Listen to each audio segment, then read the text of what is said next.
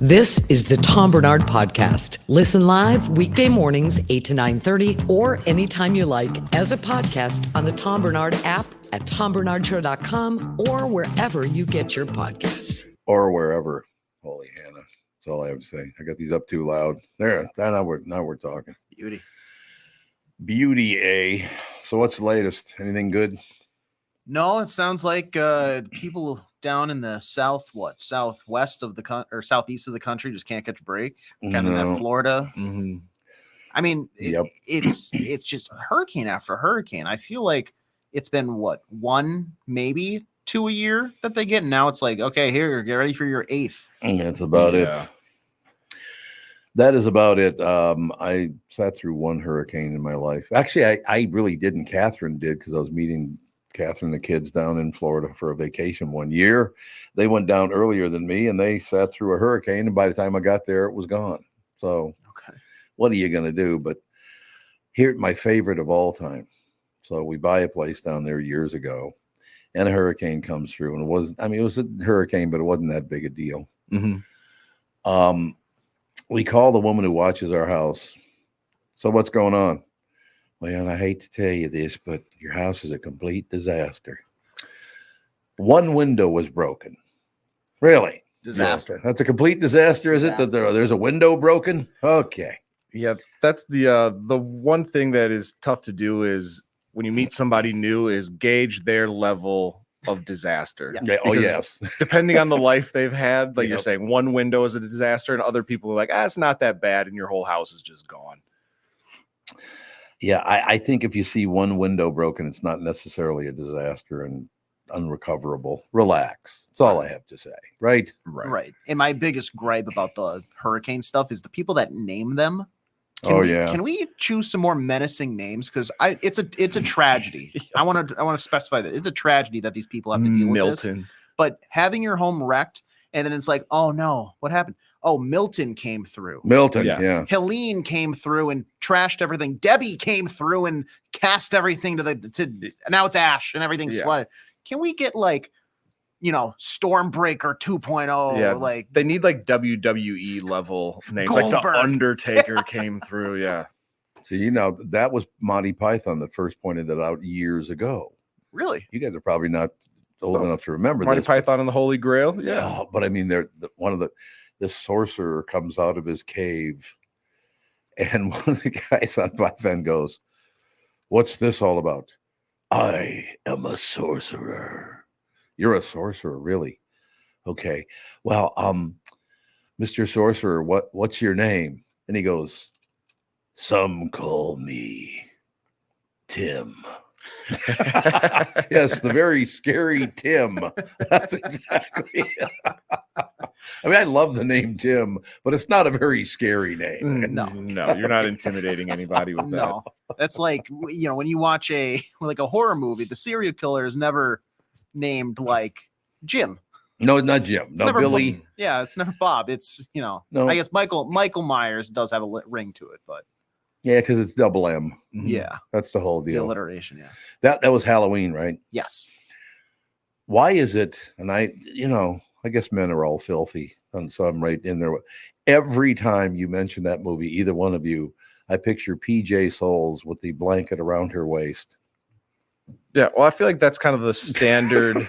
That's terrible. That's like the standard kind of horror movie scene is there's always a girl that's like in the process of like, I just got out of the shower. I'm taking a nap for the night or going to sleep for the night. And now the murderer breaks in and she trips and falls as she's running away and gets murdered. Yeah.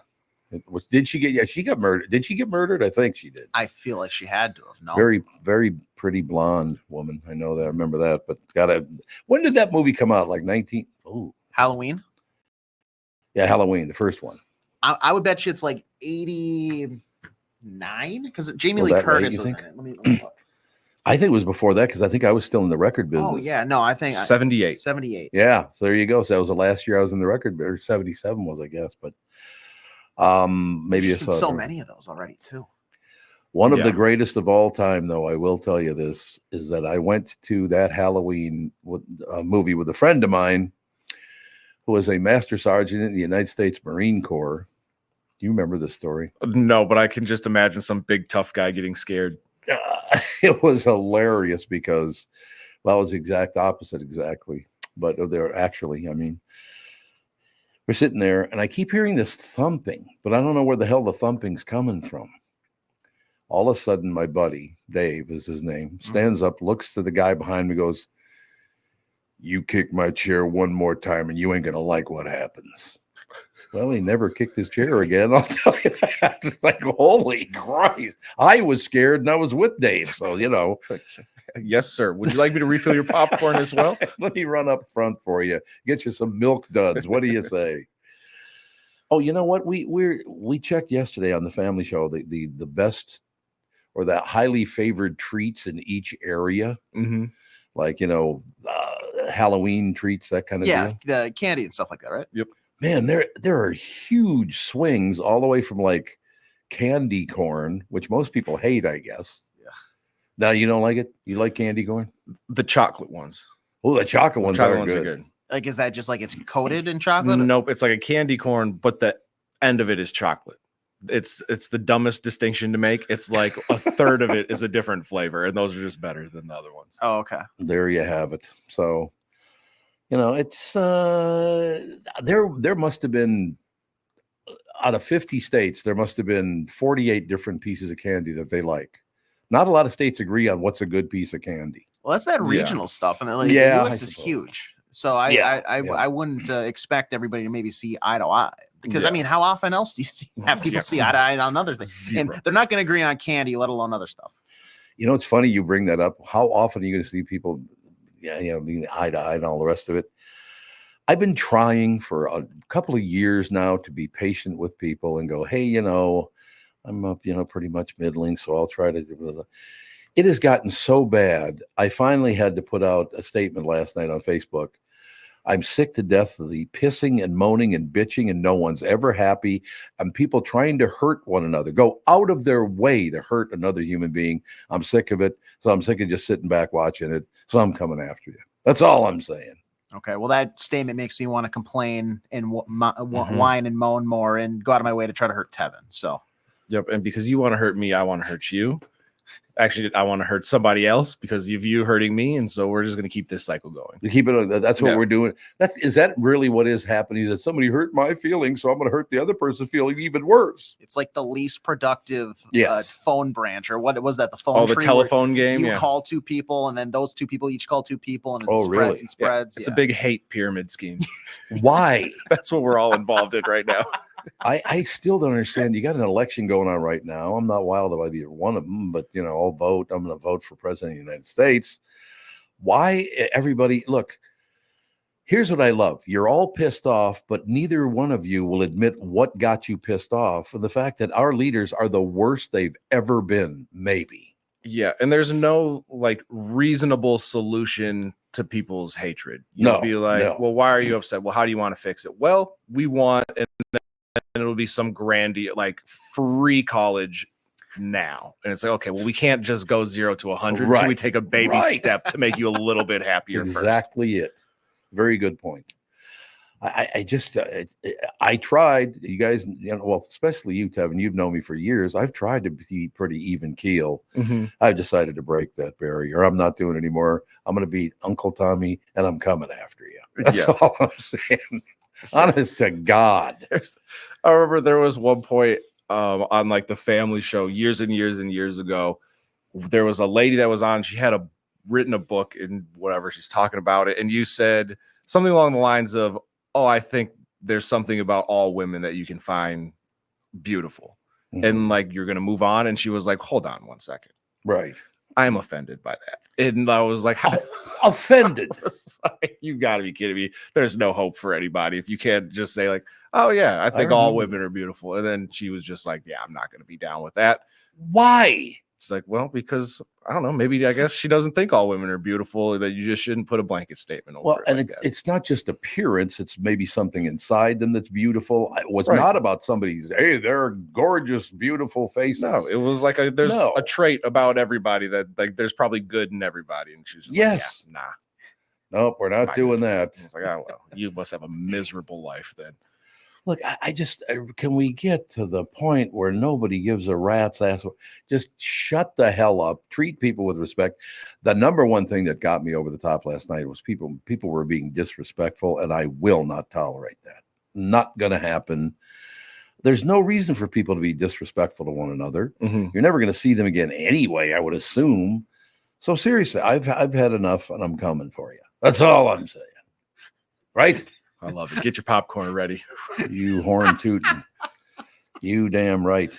Okay, I got to read this, and then we'll go into sports so we can piss off Judd by reading this first. Okay. You ready? I'm not necessarily saying that Tony Busby, that attorney who's representing 120 alleged Diddy victims, 120? And that's down from the 3,000 people that were at a freak off or white party that's claims they saw something or something might have happened. These were like the 120 most evident slam dunk cases that they could find. Why does it have to be a white party? I'm deeply offended. I don't know, because that's just people love to do. We all wear white, and they do. It's weird. Yeah, not anymore though. I wear too much black. I would hate doing that. There you go. Like, Tom, you're actually dressed perfectly for that. I am. I'm being black today. No question. Even my tootsies. Never mind. I can't even have it. I'll hold it up later. It's a pretty high leg kick. Yeah, the high leg kick, For the ladies and listening gentlemen. Here's the latest revelation. Busby claims he sent letters to a bunch of A-list celebrities who have at least some knowledge of Diddy's freak-offs, in order to resolve matters privately. And he said some of these celebrities, people we would all recognize, have already settled just to keep their names out of the press. And other Diddy, what do it mean settled? Settled with who? I guess it would be like just to settle out of court for an undisclosed amount of money. You think Diddy would do that? I think he would definitely. You could probably name your price right now. Hey, you're going to go away for how much? Yeah, I'll pay that. Yeah, I think he's willing right now to pay any amount of money to just make this all go away, even though it's not going to. No, he's going to end up in prison, isn't he? I'm surprised he's still alive, actually. I thought they'd have bumped him off in jail by now. Well, he's cellmates with Friedman, the financial Sam scam Bankman guy. Yeah, there Friedman you go. Or whatever. Yeah. Sam Friedman? He's his cellmate. Oh, for Christ. He's using his lawyer now to try and get himself out. Oh, God. Well, how'd that work out for Sammy, boy? Yeah. Not well. Very good point. Anyway, some of these things have been settled. And other Diddy news, his key to Miami Beach is being rescinded. And ABC is airing a 2020. Oh, yeah. Oh, they're talking about the big giant they gave him. When this first started happening, I remember in the the video package that they would talk over. Mm-hmm. It's the mayor of Miami Beach giving him a key to the beach, like a key to the city, and it's like, yep, this is your guy, Miami. Yep. So they're snatching it back. So another Diddy news is key to Miami Beach is being rescinded, and ABC is airing a 2020 special called Secret Life of Diddy, and that will be tomorrow night. We're going to have to be able to find out, because they're trying to sell it now. There's some teenage kid that he was having sex with, but that's very, very famous person. Everybody thinks it's Justin Bieber for some reason. Yeah, allegedly it's Justin Bieber, and Usher was another guy that spent a lot of time at his house. Okay. I doubt that either one of them will admit to anything happening, but that's kind of the general public going with. And Diddy the Diddler. That's essentially what he's been boiled down to. I still don't understand some of these things. Well, like the Menendez case. Mm-hmm. Well, this guy's forced his own children to have sex with him and all the rest of it. Where is the great thrill that comes from having sex with your own son? What is that? Yeah, something very wrong with people mentally. And in Diddy's case, a lot of people because he roped in a ton of celebrities into this whole ring. And he was never, you ready for this one? Yeah. He was never able to save face. Because he shot him right in the face. Get it? Yeah. Yep. Come on, little action here in Studio A. Let's go. Jesus, pal. All right, we'll take a break. I got to get away from these guys. That's all I have to say. And Diddy, too. Yeah. It's time for Wellshire Alzheimer's and Dementia Care Facilities. Wellshire Alzheimer's and Dementia Care Facilities, memory care, of course, facilities, are a place where your loved one will live with pride and dignity. If you care deeply about someone in your life, Wellshire is the place I highly recommend. Just had a nice lunch with them last week, talking to Corey. Great times. As a matter of fact, Wellshire is a memory care focused facility that has a full nursing team, always staffed within the building 24 hours a day, 7 days a week. They have never used or relied on staffing agencies. Wellshire of Medina is now accepting elderly waivers after 12 months of private pay. I know them personally, and they are family-owned, local company, conveniently located right in Medina and Bloomington. They're the best staff memory care facility in the state. Wellshire has a robust community with activities 7 days a week. If your loved one is in need of memory care, a memory care facility, please just get in touch with my friends at Wellshire. Set up a tour or learn more at wellshiremn.com. That's WELSHIREMN.com. When you need someone to listen, a lawyer you know and trust. If you've never been in an auto accident, it's hard to know what to expect from the insurance adjuster. Here are some tips. 1, if they talk to you about whether or not you should hire a lawyer, it's a good sign that you probably should. 2, it's illegal for them to give you any legal advice. They aren't lawyers and they aren't licensed to practice law. 3, if they tell you that everyone involved in the accident is at fault, they're wrong. This comes from the belief that you're at fault for just being on the road. That's nonsense and not supported by any law. Finally, remember that friendly adjusters are often just gaining information. They want you to do most of the talking so they can file their report. I'm Mike Bryant from Bradshaw & Bryant. I hope you're never injured in a collision. But if you are, don't sign anything until you talk to us. Find Bradshaw & Bryant, personal injury attorneys at minnesotapersonalinjury.com. Seeking justice for the injured. Bradshaw & Bryant. Mike Lindell and My Pillow employees want to thank my listeners, all of our listeners, for all your continued support. When Mike started My Pillow, it was just a problem solution, one product company. Well, since then, they now have hundreds of products, some you may not even know about. For example, the brand new 4-pack dish towels, just $25. 6-pack towel sets, just $25. Bed sheets for as low as $25. Check out their overstock and closeout sale and save up to 80% off select items. You're looking for a good night's sleep? Well, then take advantage of the classic collection on a variety of My Pillows for as low as $9.88. These amazing offers won't last long, so order now. Just go to mypillow.com or call 800-516-5146 and use promo code TOM. You're listening to the Tom Barnard Podcast.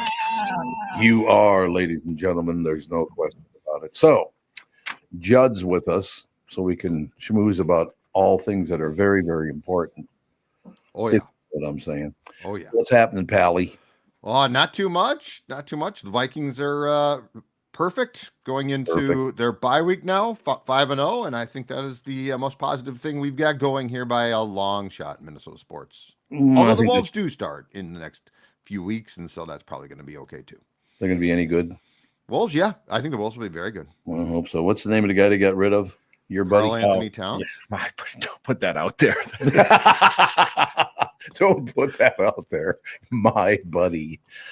In any case, I've told you the story before, what happened to me with what the hell was his name? I can never remember his name because I was still pissed off at him about what he did. Carl Anthony Towns? No, the big center he ended up in Boston for his last year. Kevin Garnett? Oh, KG. Kevin Garnett. So I go, there was I don't think the car, well, it's not the same kind of car dealership. I know that for sure. But my wife wanted a Lincoln SUV. Is that what they are? The Navigators. The Navigator. Yeah, she wanted a Lincoln Navigator, right?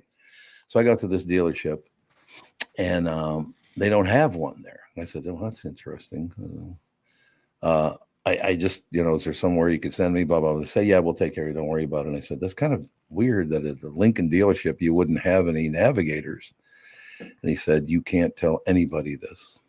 I said, "Okay." KG came in and bought 27 of them. 27 Navigators. Apparently everybody he knows got a Navigator. Wow. Yeah, I didn't. Wow. Sounds like a great friend. Yeah, he kind of does. So let's add one more and just make it 28. 28. Put this on his tab. Why wouldn't you, if you were the dealership, why wouldn't you have a couple in the back? Well, with 27, apparently what the guy told me at the dealership, they had to reach out to everybody in the 5-state area to get enough of them. Wow. You had to have the right colors and all that. That's the other thing. Yeah, and I'm sure he had to have the premium package with whatever the latest greatest technology was at the time. What's the price tag on that, do we suppose? How much were those again? Were they like 50 grand or something, or 40 grand? How much? I don't remember how much Navigators were when they first came out. I have no recollection, but you gotta be talking $1 million, I would guess, for 27 of them. Yeah, I would think so. Well, I would think it'd be about $1 million. Anybody got any info? About what year was this? It's when they first came out. Does that help at all? When the Navigators first came out, or this brand of, I don't know, whatever. What the hell do I know? I'm losing it, man. That's just a lot of money. That's all I know. Yeah, I'd say each of them were probably like in that $50,000 to $60,000 range. I would assume. So this is about $1.5 million then when you get to 27 of them. Oh yeah. Yeah. Well, I can tell you right now, they started $83,000. Holy for a new one today. For a new one, and 2024 starts at that. So there's a higher trim as well. Yeah. Well, no, it's a good thing that I didn't win a basketball title and try to buy 27 Navigators for $3 million. Yeah, and that's how a lot of athletes end up on the 30 for 30 broke documentary, buying your friends $60,000, $80,000 cars. Adrian Peterson. Yeah, sorry about that. That's a sad one that you could see coming from a million miles away. Really? Oh God, yeah. Oh yeah. I was happy about it because when I shook his hand, he almost broke my hand, so I was pissed off at him for years. Not really. Oh, the handshake, the infamous. Did you ever shake Adrian Peterson's hand? Yeah. The key was I knew about it. So the first time I shook his hand, the key was to get on top of his hand. Oh yeah. You can't go in below because he'll crush it. Right. So I went in way high, and so he couldn't get the proper grab, so it didn't hurt. I'm glad to hear that. No but I had seen the Adrian Peterson handshake scouting report, so that helped me out. He was there because it was Mike Lynn that called the meeting together. Did you get to know Mike Lynn at all back in the day? No, I did not. He's been gone for too long. Yeah. He had been gone from the Vikings for too long, and then he passed away in 2013 or 14 or something. It was down in Mississippi or something like that. Is that where he went to? Yeah, he went back down south. Yeah. I think he did, but he was always very, very nice to me. I still to this day don't know why, but he was always because I think I was the only bigger prick in town than him. So maybe that's why he liked me. Great schmoozer though. He was PR. He was a PR genius. He was. I remember the stories. It's impressive. No question about it. Mike, I do miss him because he was a lot of fun to just sit and schmooze with. Perhaps orchestrated one of the most genius business deals in the history of this town, getting a percentage of every suite sold in the Metrodome until the Metrodome was torn down. And then his family contested it and said, well, if there's a building on the Metrodome site, I think we should get for those suites too. And the judge or a lawyer said, no, you're not going to. But yeah, Mike Lynn was from 82 until 2000 and what was the Dome's last year, 2013. I think right. Yeah. He received a percentage of every suite that was sold because he had worked that into the contract, because that building was built for the Vikings. The Twins were forced down there. But the Twins didn't want that. And so that was a Vikings building. And so Mike Lynn capitalized, not just during his time with the Vikings, but during his entire life, the rest of his life. That's exactly right. And the Twins end up, of course, in the worst stadium in the entire United States, winning 2 World Series. So I guess I don't hate it as much as I thought I would. That's a good point. If you think about it now, in 82, when the Twins and Vikings moved downtown, and I had said, you know what, the Twins are going to win 2 championships in this building, and the Vikings none, you'd probably be like, you're crazy. Right. The Vikings are going to win the championship. Right. That's exact. But I hope that, you guys are not old enough to remember Met Stadium or the Met Center, right? No. They're not, yeah. Such great events. This is back in the day, man, way back in the day. Met Center was where the North Stars played back in the day. The same parking lot as the Met Stadium, just on the other side of the parking lot. It was a nice setup out there in Bloomington. But it just, the whole thing was just so wonderful. I get a call from Louis Nanny. He's a general manager of the North Stars. Had dinner there. And Louis and I are really great friends to this day. Mm-hmm. That was, I got to be honest with you, a really good, in my mind, and maybe I'm looking back favorably or something, but I saw so many great acts at Met Center. Prince played there. I mean, so many great players played there. Unbelievable. Beatles played Met Stadium. Yep, in '65. I think that was I think that might have been the only show on that tour that didn't sell out. Yeah, I think you might be. Right. Bill Deal introduced him. Bill Deal. Remember that? What did Steve Cannon used to call Bill Deal on the radio? I should know this, but I don't remember. No, ladies and gentlemen, one of my coworkers coming in, Bill Dull. Oh, it's called Bill Dull. That was real nice.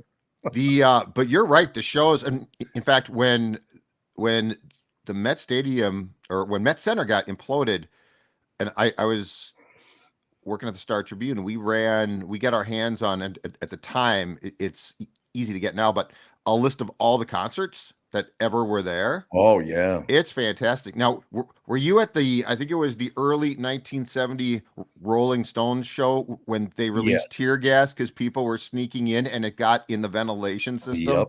Oh, and tear gas the entire place. Jesus. But I will tell you that place. For me, I thought it was a great place to go see a show. Yeah, I actually saw Pavarotti there. Oh yeah. To be able to see Luciano Pavarotti we're like 50 feet from him. It was like, holy Christ. I remember that. Now, as a kid, I didn't care. Now that would be really cool. No, I didn't care as a kid, but now that would be really cool. No, I saw Petty there a couple times. That was the acoustics there, as I recall, were really good. I agree. I thought they were terrific. It was a really good place to go see a show. No doubt about it. And that stadium too. I used to like to sit up in the third deck with Steve Hatley, my buddy, and you could see every play developing, and it was just wonderful. It was great. I loved, the Met Stadium. I loved. It was an erector set and sort of a dump, but I loved it. And I actually had a friend whose dad worked at, was it 3M or something, and he had season tickets to the Vikings on the 52nd deck. Oh yeah, it was. What a fantastic view. Those are great seats. Those were great seats. No question about it. But was the Met Stadium, is that the stadium where they threw hot dogs at, was it Chuck Knobloch? No. That infamous game. Were you there at that game? Did you throw any hot dogs, Judd or Tom? No. That was at the Metrodome in left field on a $1 dog night for college students who used to sit out in left field, and then of course I'm sure obtained some drinks and decided to throw hot dogs. I think I was there. I don't remember now, but I think I was there. I was not in the outfield though, Tevin. Oh, okay. So I was not throwing hot dogs. Remember what the Chucker did to Chuck Knobloch? No. One of my favorites. What was the name of that place that opened up out at the old site of the Met Center and all that stuff out there? The Mall of America? Yeah, Mall of America. But there's another piece. Yeah, it was a very famous restaurant chain at the time. I cannot remember what the hell it was, but they Sylvester Stallone owned part. It was Planet Hollywood. That's Planet Hollywood. It was Planet Hollywood. Okay. There you go. So Stallone's coming in, and all these big stars are coming, and the Chucker's interviewing all of them. And this guy walks up and Chucker goes, "And you are?" There's this long pause, and he goes, "Chuck Knobloch." And he goes, "Chuck Knobloch." Okay, thank you. I can't thank you enough for all the time. He didn't even interview him. He mispronounced his name and just told him to get lost. That's great. That was so cool. And Knobloch was so thrown off. Oh, yes. Because he was still young then, and I don't think he had turned into a complete a-hole at the time. And so he was like, you could tell he was like, what the heck is this? But he didn't really know. And it was, and you are. Lastman was so brilliant at that stuff. The first time he ever interviewed as the Chucker, a rapper, the rapper's talking to him, and all of a sudden the Chucker goes, "You got to stop it with all this Ryman Simon stuff." Did he really? What did the guy say? Do you remember? I'm like, what the hell is wrong with you? God, that was a fun time, man. It was a great time to be alive. That's all I know. Like now, for example. The one where he where he had Keanu Reeves and his band Dogstar on. Dogstar. And you could tell that they were all just ripped. Oh, yes. Oh, yeah. And Keanu thought it was hilarious. He did. Yep. So he's laughing along and he's like, you guys got to hear this. You guys got to talk to this guy. And the great thing was his character would get mildly offended. So like in character, he was, because he was trying to continue this is a serious interview. It was so good because they both played off each other perfectly. They were wonderful, man. Just like you on this show are wonderful. Oh, I appreciate that. Same story. I appreciate it. All right, we'll talk to you tomorrow. Yes, you will. Yes, you will. Thank you, Pally. All right, guys. Talk to you. Ladies and gentlemen, Judd Zulgad. Good, Tom. Nice, clear speaking. Judd Zulgad, SKOR North. We'll take a break. Be right back in a couple of minutes. More Hunyucks coming up next from the number 5. Right? You know it, yeah. Okay, good. South Dakota is one of the most business-friendly states in the country, and there's no place better to settle down and take advantage of those incentives than in Sioux Falls as the state's largest city. With a metro population over 290,000, Sioux Falls has low business costs with a high quality of life. There's no state, corporate, or personal income tax, no inheritance tax, and no limits to what your business can achieve. Sioux Falls, South Dakota was recently ranked the number 1 best small city for business and careers by Forbes, the number 2 best state business tax climate by the Tax Foundation, and the number 5 top state for e-commerce by Nexus.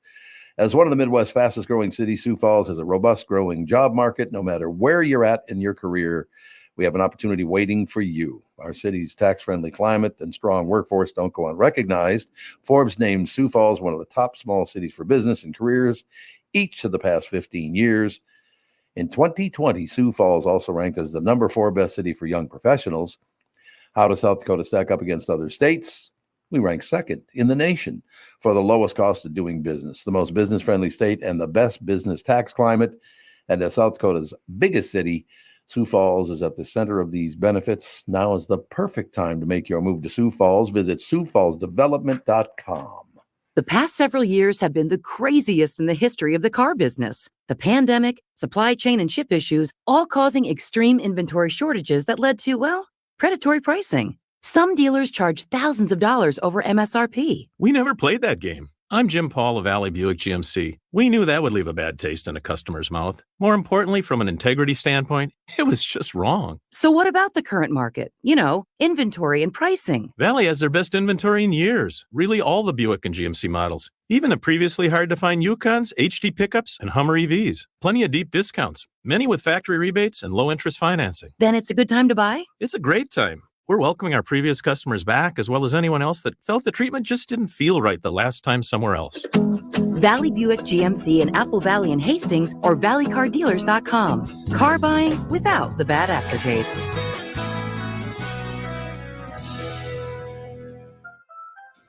I'm talking with my friends Michael Bilski and Brad Huckle of North American Banking Company. Guys, business owners have had to deal with a lot over the last few years, haven't they? They sure have, Tommy. We pride ourselves on being able to help our customers with the challenges they face. Our business bankers are experts and are always ready to help our customers capitalize on opportunities and solve problems. Loan decisions come quickly because they're made here in the Twin Cities and not shipped out of state like at some of the national banks in town. This allows our customers to expand their businesses with confidence, knowing that they have our team of experts in their corner. Okay, so now you give me this big thing at the end. Way to go. Well, you are the professional. Oh, I forgot. Look, I know Brad and Mike, and I trust them with my banking. They've personally delivered on everything they've just said. So why not bank with my banker? North American Banking Company, a better banking experience, member FDIC, equal housing lender. You're listening to the Tom Barnard Podcast. Ladies and gentlemen, St. Thomas football hits the road for New York this Saturday. Oh, New York, man. This Saturday on 1500 ESPN and 1500ESPN.com. Next up, a battle with Marist. Pregame at 10:30, kickoff at 11 a.m. on 1500 ESPN and 1500ESPN.com. St. Thomas football. There's some Hunyuck on the show whose kid plays there or something. I'm not sure what it is. Roll Toms, baby. Go Toms. That's all I have to say. We will not. I don't think we will be traveling to Poughkeepsie, us personally, because my lad is out with the concussion. So, I'm sorry to hear that. Yep. How the hell did you get a concussion? Playing football. Yes. Whoops. That's not a good argument. Yeah. Yeah. Well, I mean, listen, there's more awareness about concussions. Yeah. And over the last 10 years, I've been coaching him for a lot of that. Tevin, as a player, as it's come up, and there needs to be more awareness about it because they're very dangerous. So they set a baseline for testing for reaction and vision. And so now if they take a head hit and they report it, they can go back and look at what the reaction time is, and they can tell if they're so it's good. They're getting better at it. So hopefully that part of the game will continue to evolve. Yeah, and I think players are starting to take it more seriously because I remember being at NDSU having to take the baseline test, and guys would joke about like, I should do really bad at the baseline test because chances are, depending on what position you play, you're going to have a concussion at some point. And they're like, that way, when I actually do have a concussion, it'll look closer to the baseline test so I can get back out there and play. And now people are taking it a little bit more seriously. And they're like, you know what? Yep. You only get one of these brains. I'm not going to, push my luck to get back. Right. What's your shirt back there, Tommy? Oh, that's Catherine and Kristyn Burtt running for president and vice president. You see that lakes and quakes because there are lakes in Minnesota and earthquakes in California. I got the reference. That's funny. That was sent in by a listener, not even in the Twin Cities. He's out there on the west side of the United States. Really? Oh, really? Charlie in Albuquerque, New Mexico sent that to KB1 and KB2. Well, nice work on that, Charlie. Big news nationally. Milton, obviously the hurricane that continues to be a thing today. I think I told you I used to work in Orlando, and the hurricane thing is, you can always kind of tell how people are reacting as it's getting closer. And I have some friends in the Tampa area, and I know one of them for sure who's evacuating, and I don't think he ever has before. Oh, okay. People are pretty anxious there about this. It sounds like it should lose some of its strength because of the way the wind shear works. So they don't think it'll come ashore as a Category 5, thank God. It's still going to be a bad, it's still going to be a bad storm, but I guess so. We'll see how that all plays out. And is it just wind speed that determines if it's a Category 4 to 5, or what's kind of the difference? I think it's wind speed, but it's also barometric pressure has something to do with it too. And so they can gauge the strength of it by the pressure. And it's obvious, like the National Hurricane Center has a whole formula. It's quite complicated. They also go out and send out these hurricane hunters, flights out to observe them as it goes on. And then they update the category at several times throughout the day. So like if you're in Florida, the updates come at, I don't remember what time it is, 2:00 or 5:00 and 8:00 in the morning. But I don't know. It sounds like it's going to be a big enough storm. It doesn't matter really technically if it's a Category 3 or 4, it's still going to be a bad storm. So, and just getting hit, almost 3 weeks ago now? Is it still right around 2 weeks ago they got hit the first time? Yeah. Well, I mean, a lot of the areas on the water on the Gulf Coast took some kind of damage from that last one. Yep. And so there's a lot of debris and stuff around that hasn't been able to be cleaned up. So then you got all this stuff laying around, and then you're going to have 200-mile-an-hour winds taking that crap and tossing it everywhere. And it's a bad deal. This is not good news for in an election year that Lebanon got 60 million more than the people of Asheville, North Carolina. That does not look good. They did not have enough money to send to the people in the Carolinas because they gave so much money. I mean, billions and billions of dollars for other people's wars to be fought. Is that a good idea? I know what the argument's going to be, that the defense money comes from a different budget, and money to help victims of natural disaster is earmarked in a different category. So they're not really taking money from, but one could also look at it the other way. Like, well, it's still the government's money. It's still, which is ultimately our money, right? Like the money that the government is spending is our money. It's our tax dollars. Well, the problem I have with the whole thing is, in order to give money to Lebanon, you don't have to have a vote. You just give it to them. But for hurricane relief, Congress has to vote on it for them to get the money. What's that all about? So you can just give it away willy-nilly to every place else on earth. But here, nope, we got to have Congress vote on it, see if you get it or not. That's some odd lawmaking. That's all I got to say. And they're not even in. They're in recess right now, I think, aren't they? Yeah. Congress in recess. Yep. Yeah. Yeah. That as there always is, as this, not even Milton yet, but the first storm. Mm-hmm. The names escaping. It's either Debbie or Helene, or I think it was Helene. Yeah. Helene. As there always should be, there needs to be a lot of Monday morning quarterbacking on how the response went, because they've got to try to get. I mean, every time I have to think back to Hurricane Katrina and the response and how poorly people felt the government did at responding to Katrina. Right. And we're 20 years later. You had the situation with that last hurricane, and there's still obviously a lot of mistakes that get made when you're trying to get aid to the people who need it. You'd like to think our government would get better at and more efficient. Yes, right. That would be especially because this isn't a surprise. No, we have a literal hurricane season every year. Like we're just song and dance. And the thing about hurricanes, and I always tell this when we used to live down there, the thing about hurricanes versus like a tornado, like you really don't know where a tornado is going to drop out of the sky. Right. Mm-hmm. Right. You have no idea. You know, the weather conditions might be right for it, but you don't know where it's going to drop. The hurricane, you've got a real good idea where it's headed. Yes. And you've got the cone of possibility where you know it's going to hit.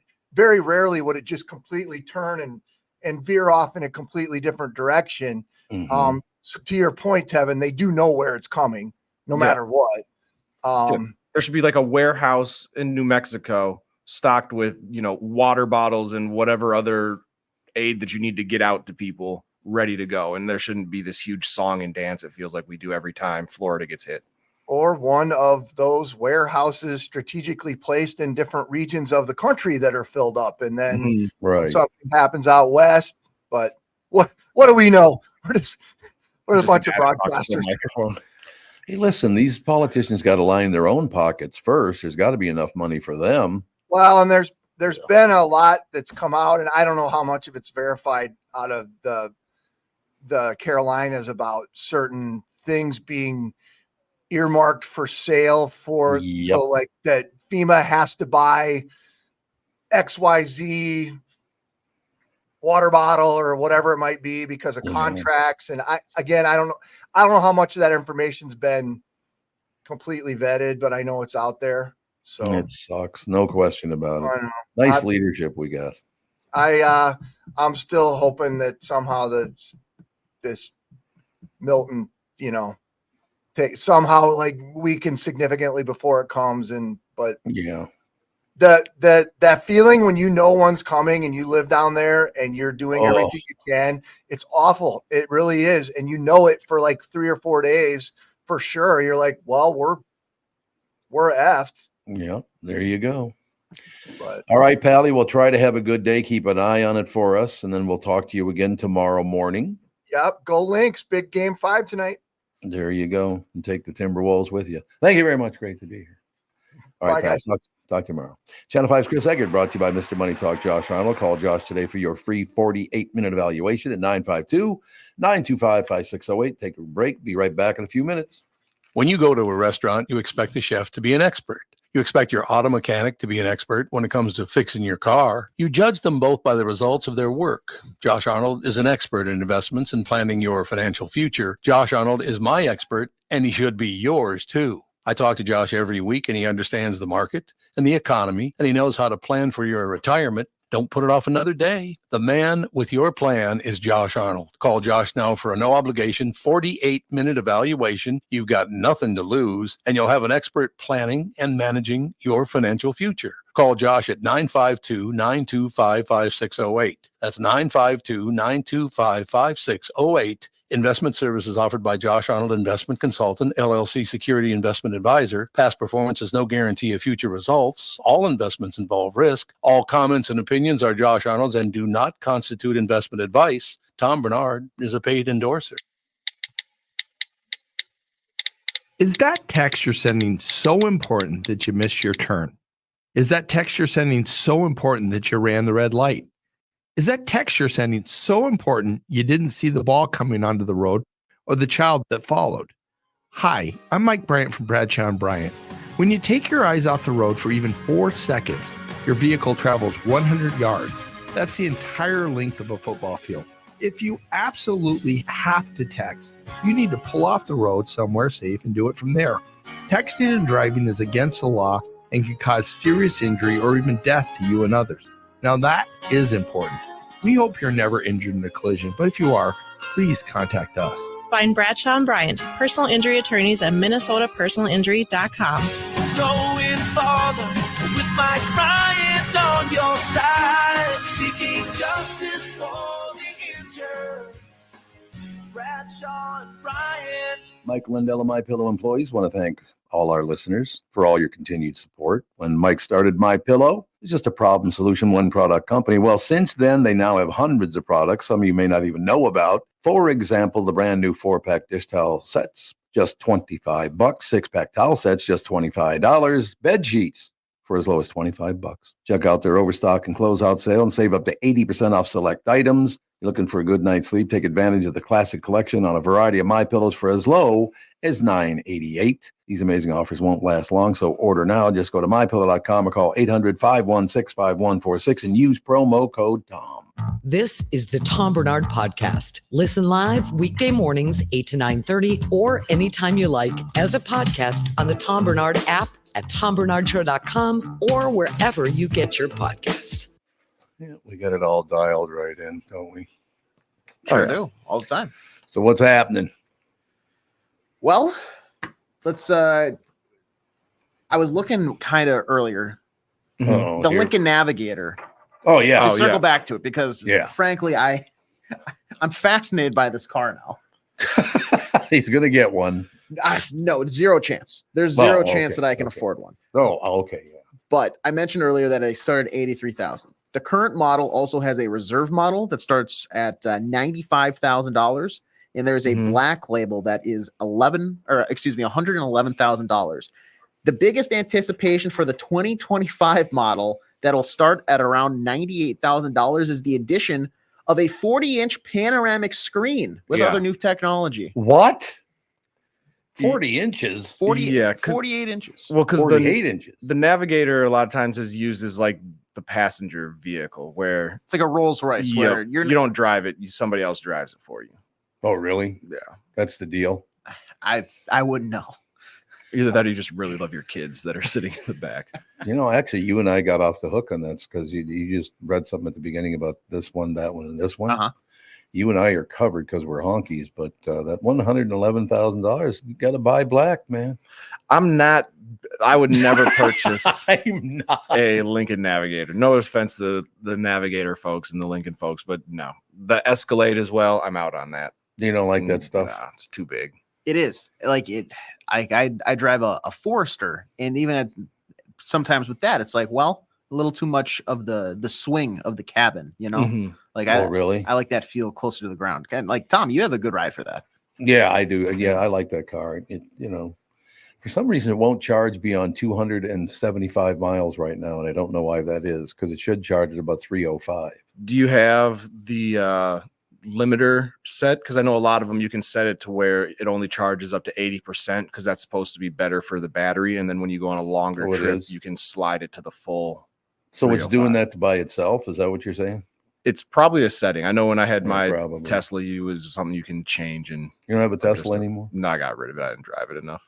Oh, you didn't? And I was paying like between parking, insurance, and the car payment. I was like, and I walked to work, so I was like, nah, I'm good on that. What do you got now? Like an Oldsmobile? I just use my girlfriend's car if I drive. I use my girlfriend's car. So what's she driving?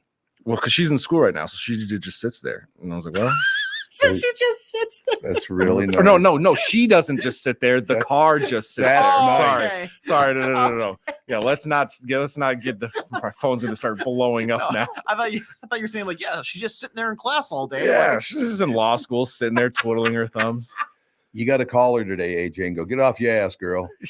He's been complaining about it on the air all today. Yeah, she would love that. Yeah, I'm sure she would. That'd be a great first impression. Kristyn Burtt would get on and yell at me. Kristyn yell at you? Oh, they're like best friends now. Oh, are they now? Oh, yeah. Hey, you told me they exchanged a lot of stuff. Yep. Yeah, Catherine does that with, I think she talks to KB too a lot too. I don't know. She's sneaking up behind us. That's all I have to say. Is that the problem? Yeah, I have to keep my eye on Kristyn. I'm telling you, I would agree with you 100%. I don't know how else you can handle it. You know what I mean? Absolutely. Yeah, absolutely. What the hell? I got to look at a couple of these headlines because the headlines recently have been coming and going, but some of them have been really, really good. I don't know what the hell this even means. 23% of people with iPhones claim they'd never date an Android user. I saw that, and I think we are we need to have a conversation about this, Tom. You really do. We need to have a conversation because some Okay. people are so like it, and I get it. When it was initially 2012, 13, 14, 15, there was the whole stigma of like, oh, if I'm texting you, I want that speech bubble, the text bubble to be blue. If I see green and you're an Android user, whatever. We're at a point in our society, if that's your biggest problem, right, you might be the problem. Yep.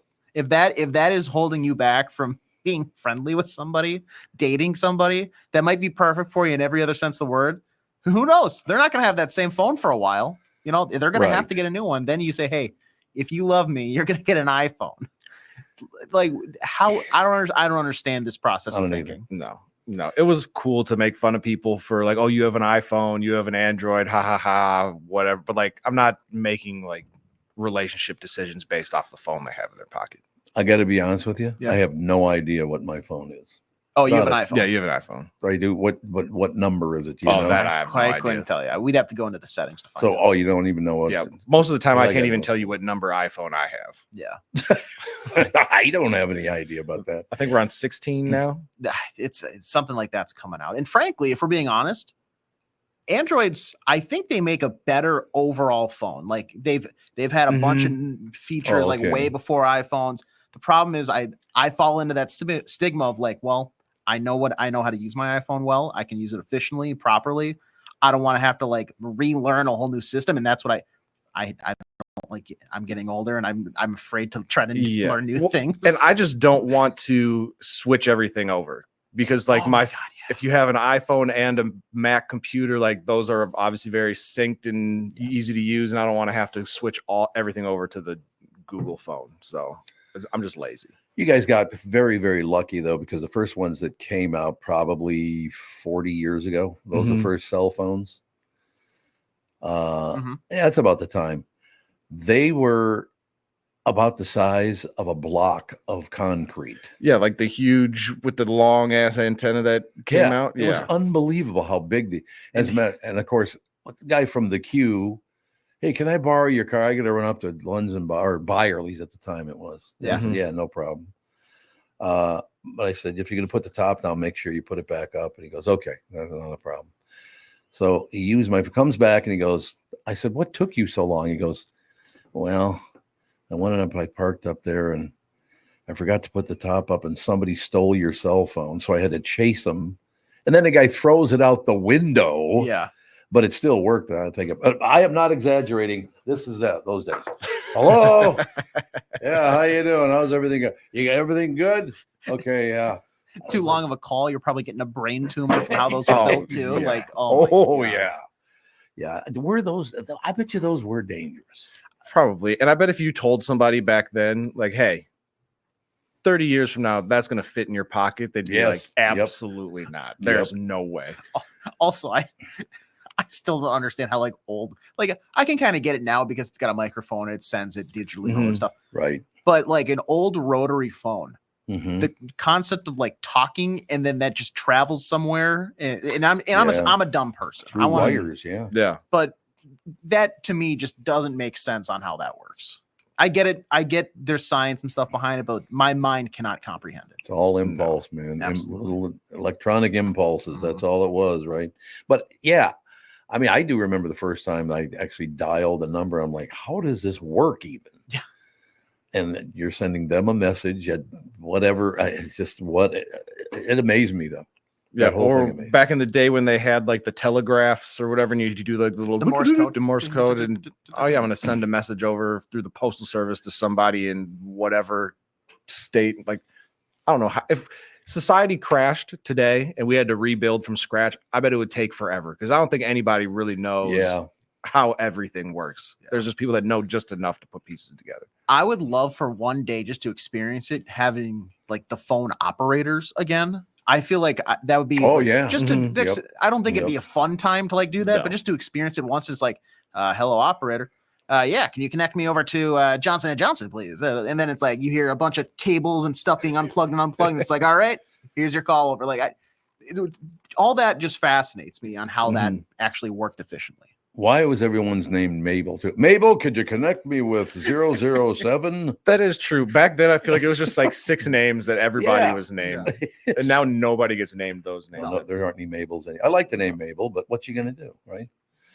And I love to tell this. My Uncle Augie, the one that was thrown off the building to his death. Yeah. My 7th birthday. Have I ever told you this story before? I don't think so.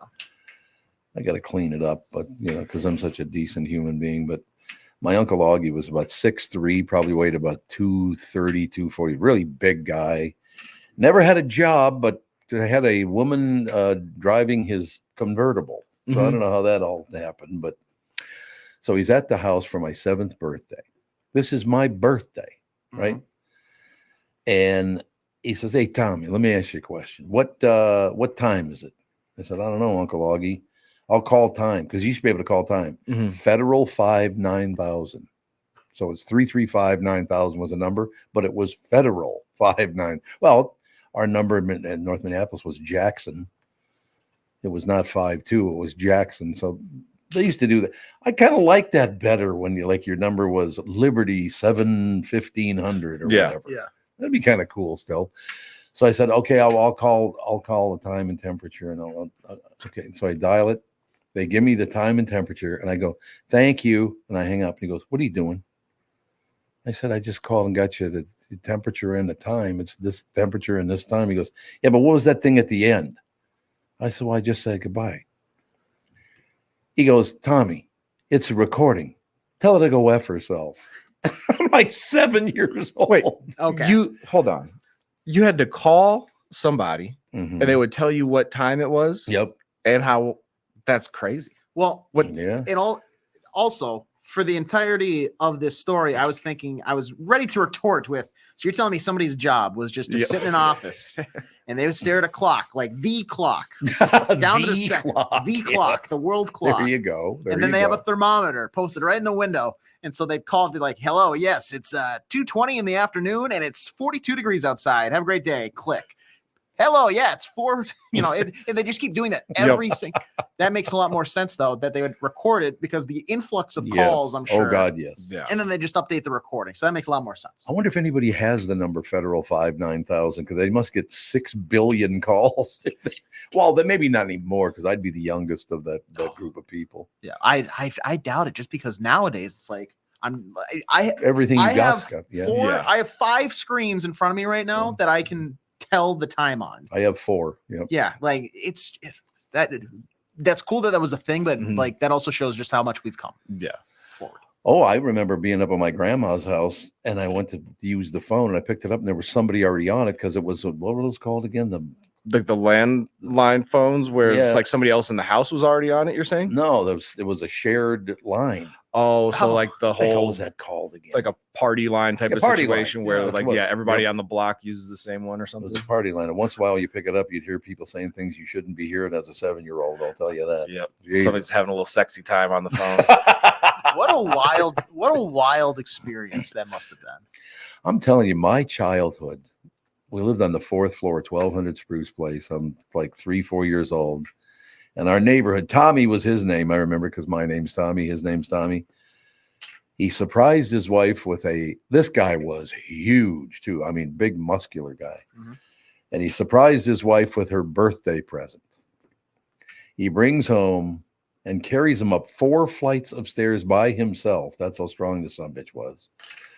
A new washer and dryer. Oh. And when she finds out that he bought her a washer and dryer for her birthday, I could hear her yelling through the walls. It was unbelievable. Oh, yep. Then I hear this, God damn it.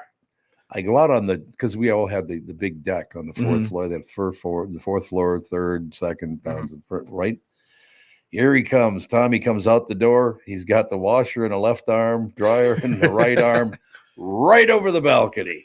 You don't want them? There. Yep. Now they're laying in the parking lot. Yeah, that's a tough one to try and buy your wife. I remember as a kid, one year, I think it was for Christmas, my mom, she'd been talking about wanting an elliptical machine. And so my dad was like, I'm going to buy her this elliptical machine. Sure. And I remember standing in this like sporting goods store in Rice Lake, Wisconsin. He's about to purchase this elliptical machine. I like looked at him and I was like, Dad, are you sure that you are doing this? Like, did she explicitly say that she wants an elliptical machine? Because this could go south real quick. And he stood there, he looked at me, looked at the machine, looked back at me, and he's like, she told me she wants this. And everything went well. So I was like, yeah, that's when you got to be careful. Oh, you do. Yeah. But not a washer and dryer.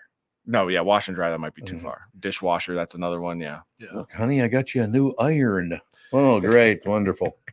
We shall take a break. Josh Arnold will join us right after this. I'm talking with my friends Michael Bilski and Brad Huckle of North American Banking Company. Guys, business owners have had to deal with a lot over the last few years, haven't they? They sure have, Tommy. We pride ourselves on being able to help our customers with the challenges they face. Our business bankers are experts and are always ready to help our customers capitalize on opportunities and solve problems. Loan decisions come quickly because they're made here in the Twin Cities and not shipped out of state like at some of the national banks in town. This allows our customers to expand their businesses with confidence, knowing that they have our team of experts in their corner. Okay, so now you give me this big thing at the end. Way to go. Well, you are the professional. Oh, I forgot. Look, I know Brad and Mike, and I trust them with my banking. They've personally delivered on everything they've just said, so why not bank with my banker? North American Banking Company, a better banking experience, member FDIC, equal housing lender. This is Brett Paul from Valley Buick GMC in Apple Valley. We've always had a professional sales staff on our show floors, but recently have added a few more to the arsenal. Neil Hadding was a salesperson at Valley for over 2 decades, probably the best truck guy around. He left for a management position elsewhere, but decided to kick back and return to work with thousands of his old friends and customers. It's a similar story with Tim Condon. He spent many years in the sales and finance at Valley before spending time in Alaska, to the relief of many, many friends and customers who returned a few years back. Not a returnee, but a welcome addition to our seasoned staff is Charlie Fink. Charlie followed Neil to Apple Valley to head up the finance department. He is well known to many Twin City car customers after being in the business for over 3 decades. If you're looking for a familiar face or just the face of experience, visit one of these professionals at Jim Paul's Valley Buick GMC in Apple Valley or Hastings, or at valleycardealers.com. When you go to a restaurant, you expect a chef to be an expert. You expect your auto mechanic to be an expert when it comes to fixing your car. You judge them both by the results of their work. Josh Arnold is an expert in investments and planning your financial future. Josh Arnold is my expert, and he should be yours too. I talk to Josh every week, and he understands the market and the economy, and he knows how to plan for your retirement. Don't put it off another day. The man with your plan is Josh Arnold. Call Josh now for a no-obligation 48-minute evaluation. You've got nothing to lose, and you'll have an expert planning and managing your financial future. Call Josh at 952-925-5608. That's 952-925-5608. Investment services offered by Josh Arnold Investment Consultant, LLC Security Investment Advisor. Past performance is no guarantee of future results. All investments involve risk. All comments and opinions are Josh Arnold's and do not constitute investment advice. Tom Barnard is a paid endorser. This is the Tom Barnard Podcast. And we're joined by Josh Arnold. Ladies and gentlemen, nice Jewish boy. Did you have a nice day yesterday watching television with all the hatred of your people on national television? That's great, isn't it? It's wonderful. Isn't it? It's just disgusts me. My sense, Tom, is that if you want to support the terrorist organizations of Hamas and Hezbollah both of which started, I will repeat, both of which started any of the attacks on Israel. Yep. They are not the poor innocents that the pro-Hamas and pro-Hezbollah protesters say they are. They're not the poor innocents. They're not the people that are oppressed. They are actually oppressors. They oppress their populations. Hezbollah has oppressed the people of Lebanon. Hamas has oppressed the Arabs or Palestinian Arabs who live in Gaza. These are oppressors. They are not oppressed. But I grew up in a neighborhood that if somebody hit you, if you did not hit them back, they would continue to hit you. That's true. Until you did hit them back. Now, I don't know about your mother, but my mother said, if you want to stop the bullying, you don't have to be a bully, but you do have to hit back. And when you hit back harder, and you don't stop hitting until that person hitting you is on the ground. And once I started hitting back, the attacks, the bullying stopped. And it was that simple. Now, there were also, if it happened in school, if it happened in a locker room, there was always a teacher there to stop me at a point in time. But those attacks were infrequent thereafter. Yep. Oh, yeah. And not that I always came out on top, but you've got to fight back. But in any case, pro-Hamas, pro-Hezbollah protesters, you get I'll say, you know how Trump wants to deport illegal aliens? Right. You can deport all these people. And you know what? You support this group. You want to go to Gaza and live under them? Go right ahead. No, see how much they like you. End of that story. Well, no, I mean, it's just one of those situations. You got Russia and Ukraine, you got Hezbollah, and you got Hamas, you got Israel, I mean, everybody out there now. China is having these huge problems financially and all. There's nothing but unrest this entire globe around. It's things are not good right now, unfortunately. Well, there's been unrest. Yep. I'll say for all your life and all my life in some point, some place. Yep. But if you look at any newspaper, the newspapers, Russia, the Ukraine, no longer on the front page. They're buried. Yeah. What is on the front page is what's going on in the Middle East, and depending on the paper, who is the oppressed and who is the oppressor. And because Israel, small, tiny Israel, with a population of maybe 9 million people, maybe 8 million of those people are Jews.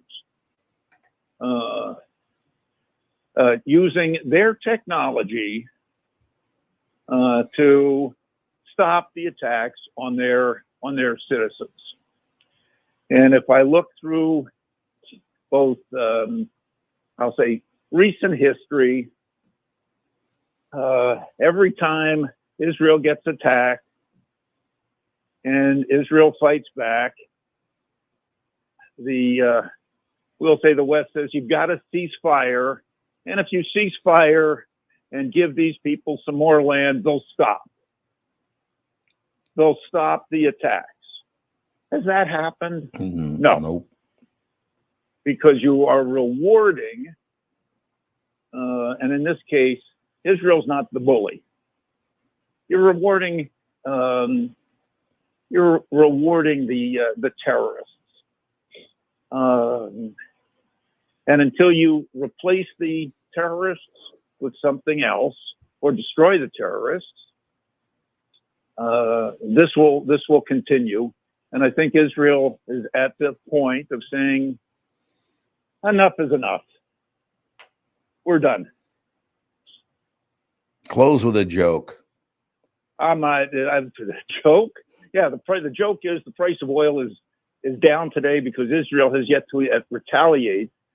There you go. Against Iran. And the oil market and oil stocks have been on a tear out of fear that Israel is going to attack the Iranian oil fields, and that will create a tremendous amount of imbalance in the oil market. Yet OPEC has stood ready and is even without that, has said they're going to continue producing. They're going to try to drive the price of oil down.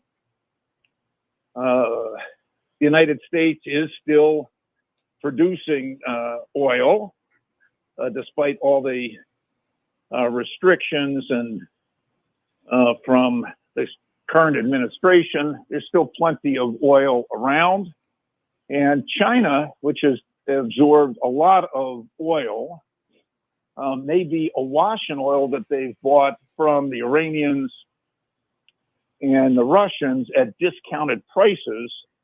And they're needing to stimulate their economy out of a big deflation that they're in.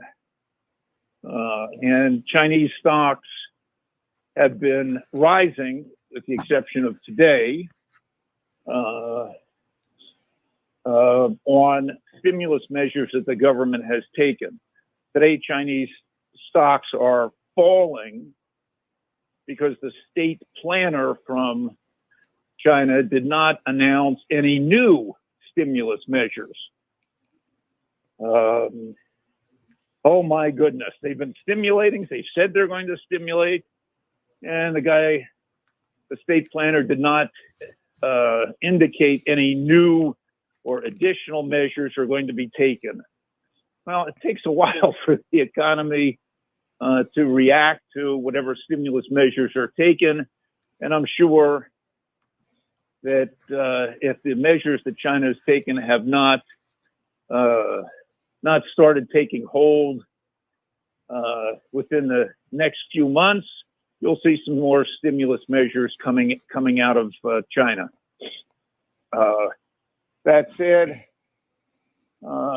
many of the Chinese stocks are still very cheap on many measures, but you don't have to invest directly in Chinese companies.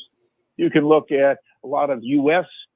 businesses that do a lot of business in China to get that kind of exposure, whether it's Coke, whether it's Kentucky Fried Chicken, whether it's Starbucks, whether it's Nike, or whether it's favorite Apple. Apple, by the way, could introduce a new, I'll just call it a mood ring. Ooh. Samsung has a ring out that tracks some of your healthcare needs, and Apple could introduce a similar product late next year. Reports are now coming out, and the price of Apple stock has been going up and down recently based on reports of phone sales. This has almost been,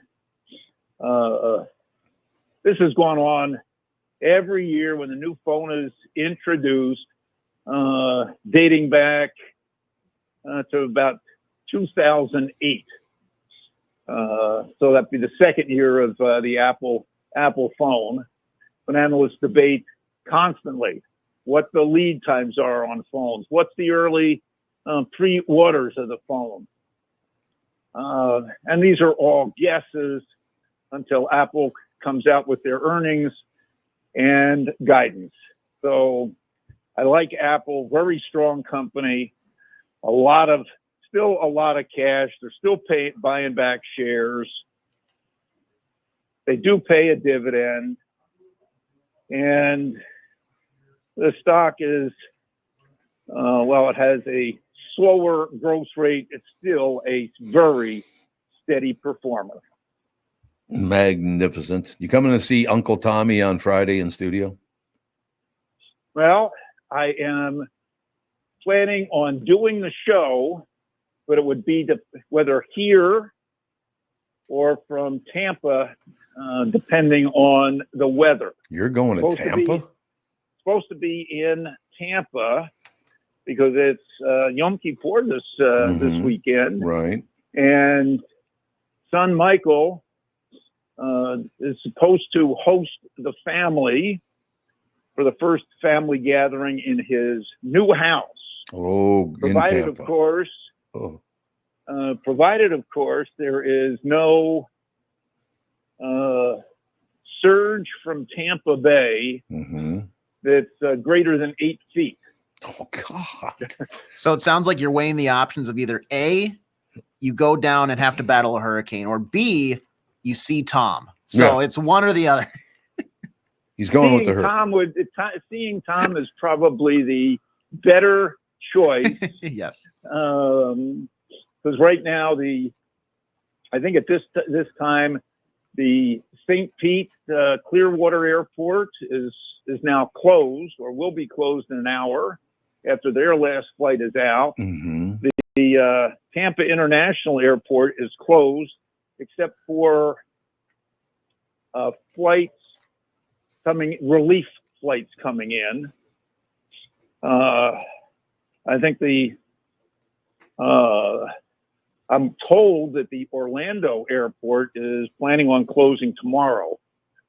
So all depends on how strong this Hurricane Milton is.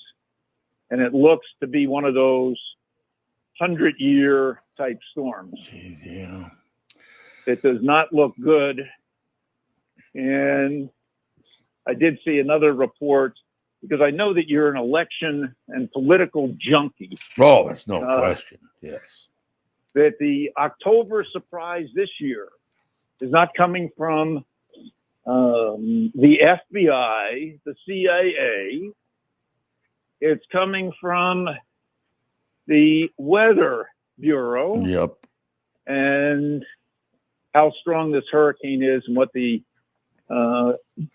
how the administration deals with this hurricane and its aftermath. It's very, very scary. No question about that. But yeah, I've lived through a few hurricanes, and you've probably lived through a few tornadoes and a hurricane. And that's right, because you have a dwelling. You have a winter home on the east coast of Florida. Yeah, it's not pretty. Got to have those storm shutters down. Got to make sure anymore that you've got a Generac. You got to get a generator. Yep. And that stock has gone bonkers with the weather, as well as lower interest rates. So we'll close with this, just to prove how much I support Josh Arnold in this whole situation going on in the Middle East. I bought a house where there's me, Catherine, and 6,000 Jews. What do you think? I think that's a mighty big house. No, I mean the neighborhood, not the house. You pill. God. Don't talk to me ever again. Okay. So you're moving back to North Minneapolis Yes. in 1966. That's Is that correct? Yeah. You That's have a exact- time machine. I'm going back. No question about it. All right, Pally, we'll see you on Friday. Okay. Look forward to it. Thanks a lot. Josh Arnold, ladies and gentlemen. Who's better than Josh? Oh, maybe KB too. Do you think? Yeah, I can see the argument there. All right. Kristyn Burtt is up next right after this. Mike Lindell and MyPillow employees want to thank all our listeners for all your continued support. When Mike started MyPillow, it was just a problem solution, one product company. Well, since then, they now have hundreds of products, some of you may not even know about. For example, the brand new 4-pack dish towel sets, just $25. 6-pack towel sets, just $25. Bed sheets for as low as $25. Check out their overstock and closeout sale and save up to 80% off select items. You're looking for a good night's sleep? Take advantage of the classic collection on a variety of MyPillows for as low as $9.88. These amazing offers won't last long, so order now. Just go to MyPillow.com or call 800-516-5146 and use promo code TOM. When you need someone to listen, a lawyer you know and trust. If you've never been in an auto accident, it's hard to know what to expect from the insurance adjuster. Here are some tips. 1, if they talk you about whether or not you should hire a lawyer, it's a good sign that you probably should. 2, it's illegal for them to give you any legal advice. They aren't lawyers and they aren't licensed to practice law. 3, if they tell you that everyone involved in the accident is at fault, they're wrong. This comes from the belief that you're at fault for just being on the road. That's nonsense and not supported by any law. Finally, remember that friendly adjusters are often just gaining information. They want you to do most of the talking so they can file their report.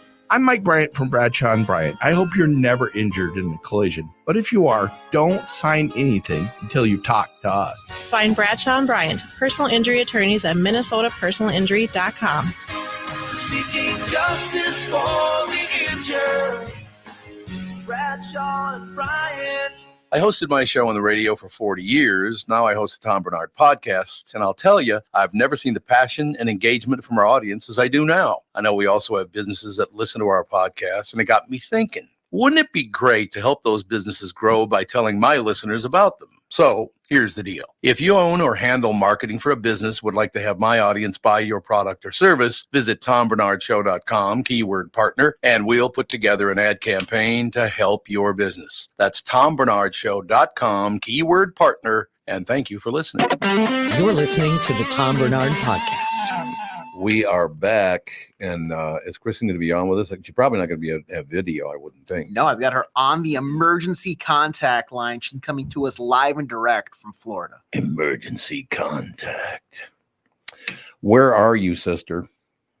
Right now, I am in West Palm Beach, about to head onto the Bright Line down to Miami. That is where I'm going to ride out the hurricane. That is a wonder, but the hurricane's not supposed to get that far south, so that's good, right? Correct. They told people to go and evacuate to Miami. Lucky for me, that was where I was headed anyway for work.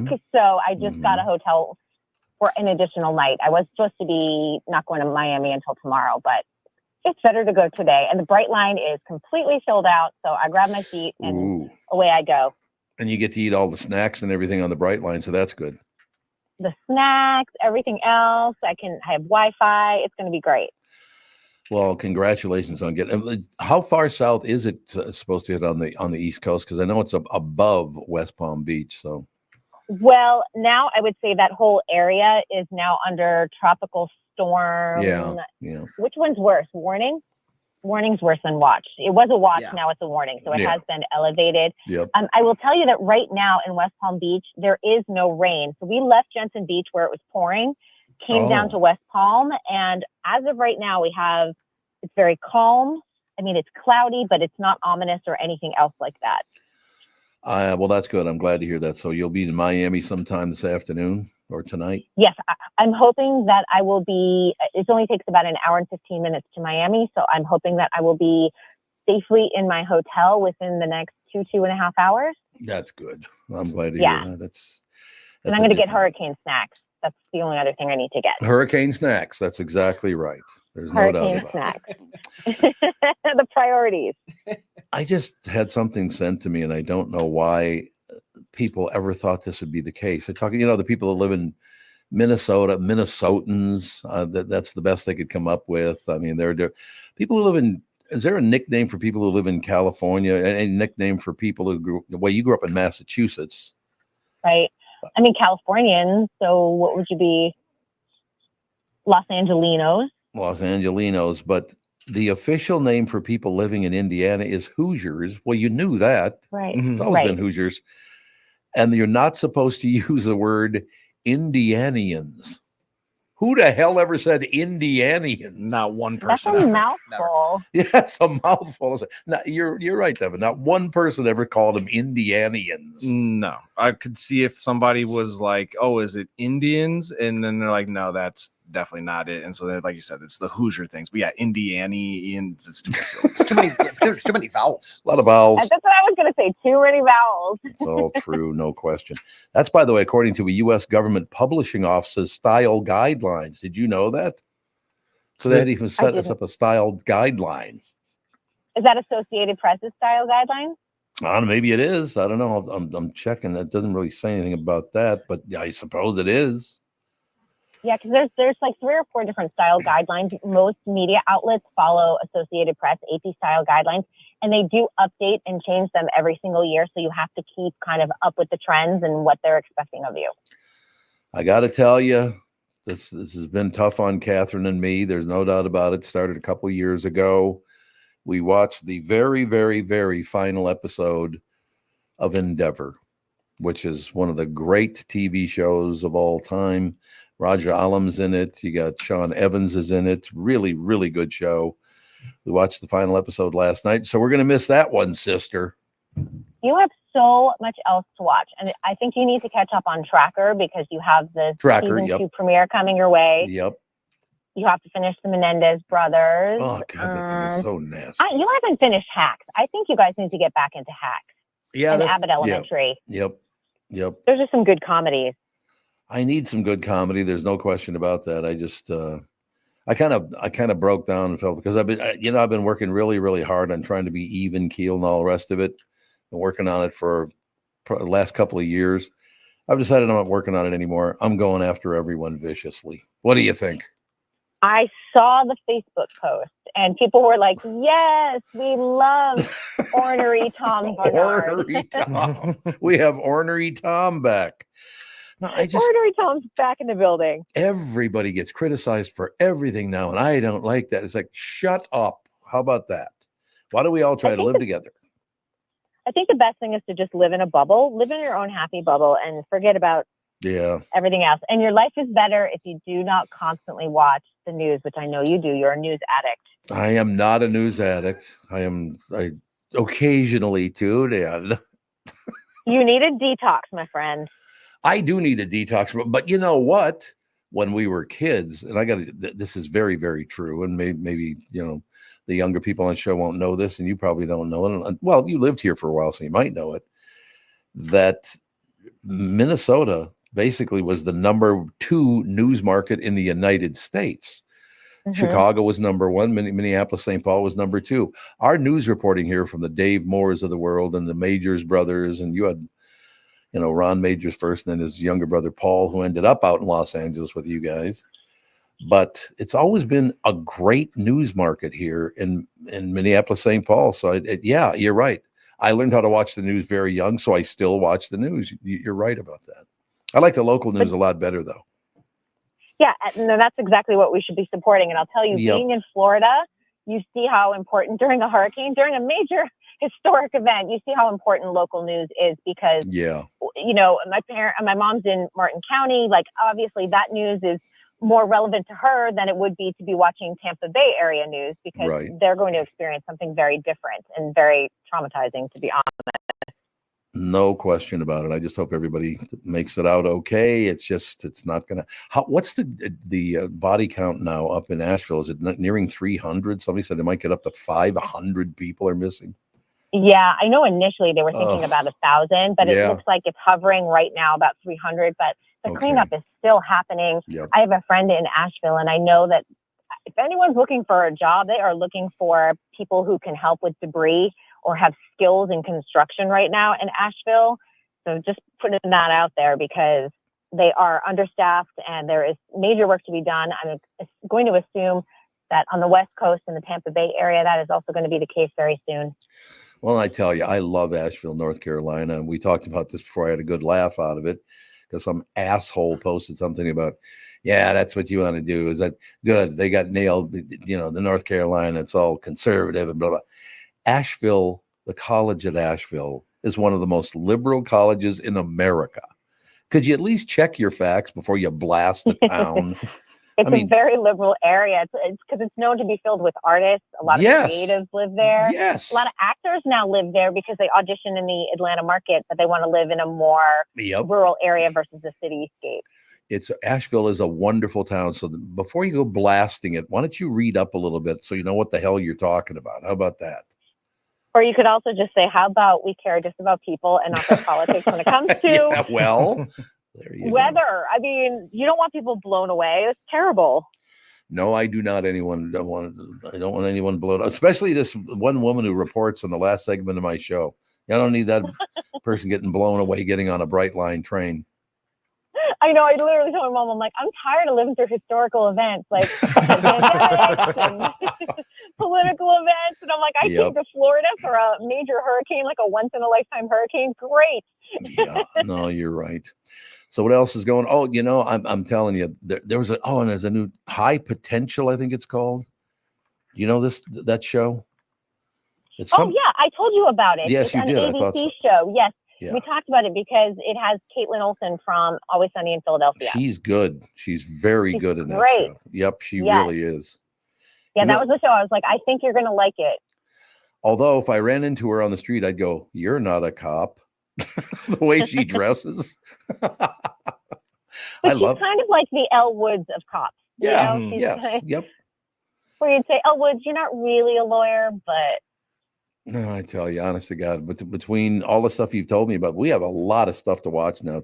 And television just keeps getting better and better and better. It really does. Yeah, you have so much to watch. So don't be sad that Endeavor is over. You can always start from the beginning and watch again, or you can finish some of the shows that you love. We did that with Doc Martin. We watched the whole thing and then took a couple of years off. And then we started back with episode 1 again. Because you tend to forget most of it anyway. Mm-hmm. You got to make some room. Got to move stuff out to move other stuff in, right? Yeah, I've done that before. Yeah. Oh yeah, I was saying shows like that are always good too. When you're like, I just can't decide what I want to sit down and watch. Let me put something that's familiar on. I agree, no question about it. So if you got any new shows, hold off on them because I got to finish Tracker. I have not watched episode 3 or 4 of Tulsa King yet. And I got to get back to that. You love that. And I think if you want to get into your comedies, you need to catch up on Abbott Elementary, catch up on Hacks. And I'm going to go and screen. I haven't watched it yet, but there's a new comedy on FX. I'm going to watch it and see if I think it'll be your sense of humor. I'll let you know. You're not letting me know what the name is until you're going to let me know the whole thing. No, because then if I have you go and watch it ahead of me, then you're going to be like, that was terrible. How dare you? And I'll be like, I didn't screen it for you yet. I hate you, KB2. You've ruined my life. That's all there is. That's right. All right. Any closing words? Because I know you want to get on that train, sister. Yes, I'm going to get on the 11 a.m. train and head down to Miami. But all of your listeners who are in Florida, I hope they stay safe over the next 36 hours or so. I know that you have a lot of listeners down in that area. Yeah. So. Well, you know all the good restaurants and stuff in Miami, don't you? I do. Hopefully they'll be open. We'll see what happens, how Miami gets it. We're going to get some rain. I don't know how bad it's going to be, but I expect to be on tomorrow morning. If for some reason you don't see me calling in, you know exactly that I have no power or Wi-Fi.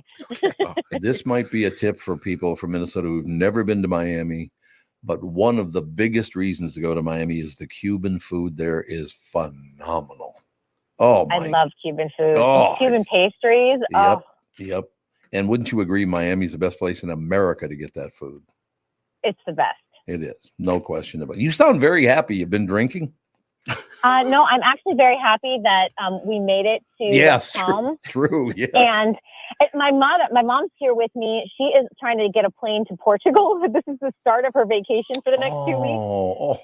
So she's going to Miami with me, trying to get on her plane. It's only delayed by about an hour. And then her boyfriend, Mike, is going to be driving back to Jensen Beach. But at least I think I'm also happy that he's not driving through torrential rain. It's pretty clear right now. All right, we'll stay in touch. So you're going to be doing the show tomorrow from where? My hotel in Miami. The hotel That's in the Miami. plan. That works for me. No question. Well, I'm here to just give you the weather report. I mean, I'm just here for natural disasters now, you guys. Yeah, we'll get it taken care of. All right. Well, be safe, and we'll keep our fingers crossed. You Indianian. Thank you so much, Hoosierian. Hoosierian. I like Hoosierian. I'm gonna make it all up. All right. Oh, by the way, everybody that's come on the show in the last couple of days goes, "What's that T-shirt behind you?" It's my political campaign. Did KB1 like it? Yeah, KB1 saw it for the first time yesterday, so she's very, very proud of that whole situation. And of course, Charlie did some good work. She had to show me this one. We posted a picture together where I shoved my face through one of those little. We talked about it yesterday, but now I get to. Oh, look! This other guy said I'm beautiful. Did you see that, Tom? Like, yeah, leave me alone for Christ's sake, all right?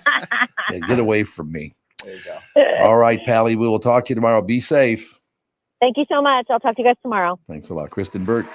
Entertainment news brought to you by North American Banking Company. Go to nabanco.com to learn more. Member FDIC, equal housing lender. Yeah, she's such a treasure, man. Oh, she's not still on, is she? Oh no, we made sure we get her off right away. We can't be talking nice. Oh yeah, I hung up immediately. Good. I'm glad to hear that. But seriously, I've known her now like 12 years, something like that. And she always looks, because I was off social media for 12 years. I didn't go on it at all. And boy, every time I go on there, she knows all about it. I don't know what that's all about, but it was all about me. I was talking to somebody last night and they just would not understand. I don't care that you looking for bad things in people and you hate everybody, and good for you. Get the hell away from me. How about that action? Right? Oh yeah. Just stay as far away from me as possible. Give everybody their own space. Yeah, that's all. Absolutely. You know, we did not grow up the same. Would you calm down? Jesus. Oh, well, look at it. Look at the situation over in the Middle East. You can't walk anywhere anymore. They all hate one another. Yeah. What the hell? And most of it, by the way, is either religion or skin color, yet again. But we're supposed to be the worst in the world. Africa pretty much invented that whole thing. So shut up.